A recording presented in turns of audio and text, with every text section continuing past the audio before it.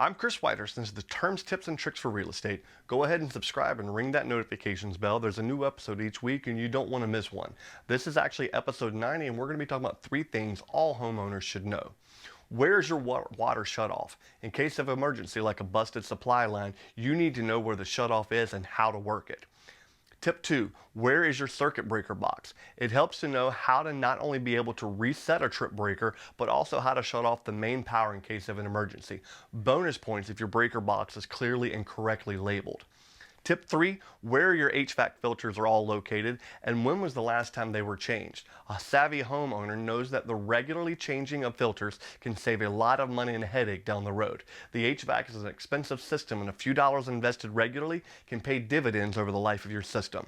If you like these videos, you can check out past episodes and other great content on my website at chriswhitehurst.com. I'm also on popular social media sites like Facebook, Instagram, and YouTube. Until next time, I'm Chris Whitehurst. Welcome home.